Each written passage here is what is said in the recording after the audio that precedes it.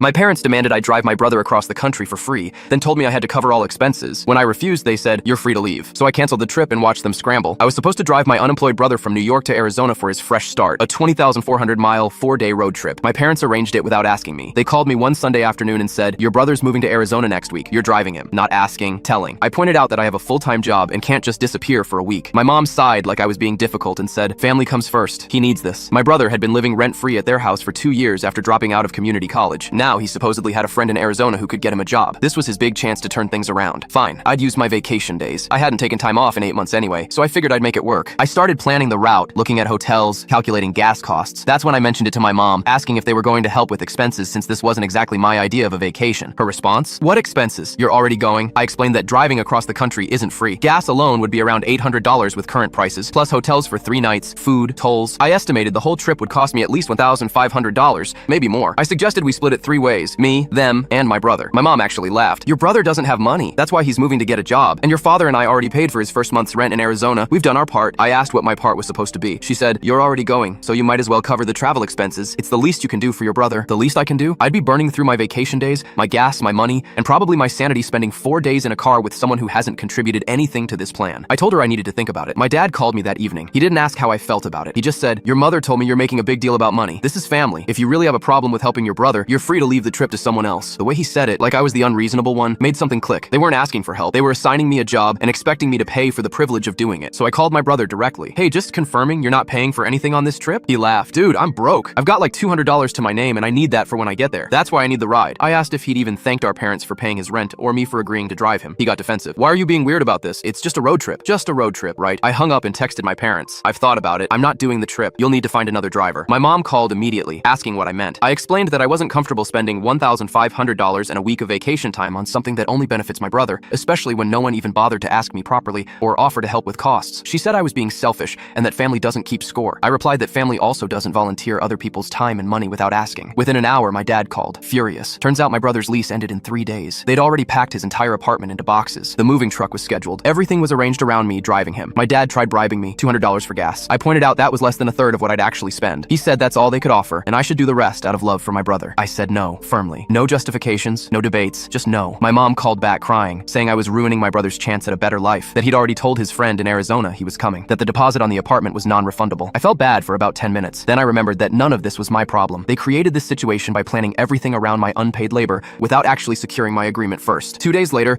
my dad had to book a last-minute flight to New York and drive my brother to Arizona himself. The rental car, flights, and hotels cost them over $1,200. My brother sent me one text, "Thanks for nothing." I replied, "You're welcome. That's exactly what I would have gotten for helping."